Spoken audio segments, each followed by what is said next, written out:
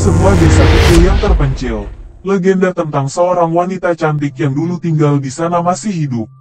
Namanya adalah Siti, dan dia dikenal sebagai wanita yang baik hati dan penuh kasih. Namun, kebaikannya tidak dihargai oleh orang-orang desa.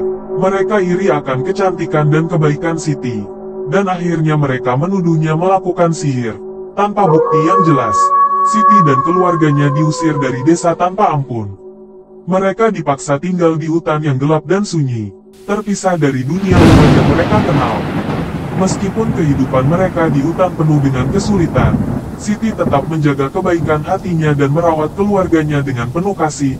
Namun, nasib buruk belum selesai untuk Siti. Suatu malam, saat keluarganya sedang tertidur, rumah mereka diserang oleh sekelompok orang desa yang membawa obor dan senjata. Mereka menyerang tanpa ampun, membunuh Siti dan keluarganya dengan kejam. Kematian Siti dan keluarganya tidak pernah terlupakan oleh setan kuntilanak yang tinggal di hutan itu. Setan itu dulunya adalah Siti, yang kembali dari kematian untuk membalas dendam atas kematian tragisnya dan keluarganya. Dengan rambut panjangnya yang hitam seperti malam, dan mata yang memancarkan kemarahan, setan itu mulai menghantui orang-orang desa yang telah menghancurkan hidupnya. Suara tangisan Siti yang menyayat hati terdengar di malam hari, dan bayangan wajahnya yang penuh kemarahan muncul di dalam rumah-rumah mereka. Setiap orang yang terlibat dalam pengusiran dan pembunuhan Siti menjadi sasaran dendamnya, dan satu persatu, mereka mengalami kejadian mengerikan yang tidak bisa dijelaskan. Orang-orang desa menjadi takut dan terjebak dalam ketakutan. Mereka menyadari bahwa mereka telah membangkitkan kekuatan jahat yang tak terkendali dengan tindakan mereka yang kejam. Namun, sudah terlambat untuk menyesali perbuatan mereka, karena setan kuntilanak Siti telah memutuskan bahwa mereka harus membayar dengan darah atas dosa-dosa mereka. Hingga hari ini, desa itu masih dihantui oleh setan kuntilanak Siti yang membalas dendam atas kejahatan yang dilakukan terhadapnya.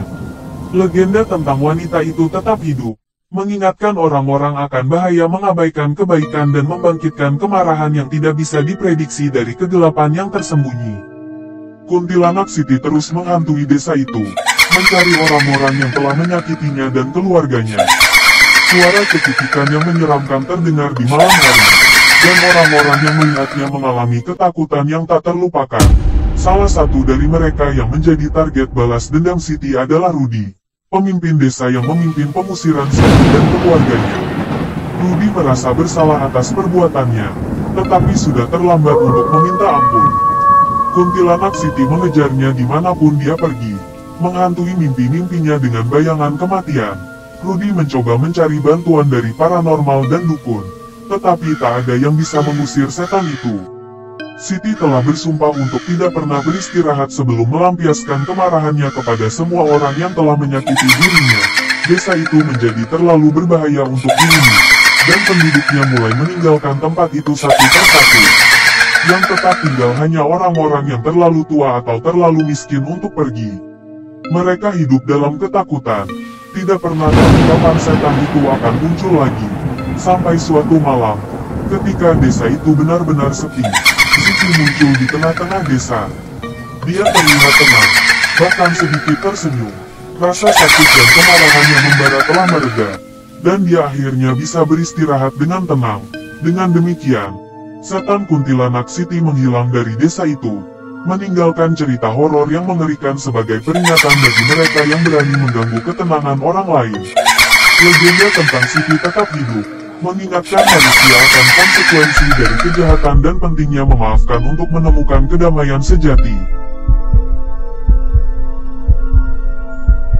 Jangan lupa untuk like, share, komen, dan subscribe agar tidak ketinggalan update cerita horor seru lainnya.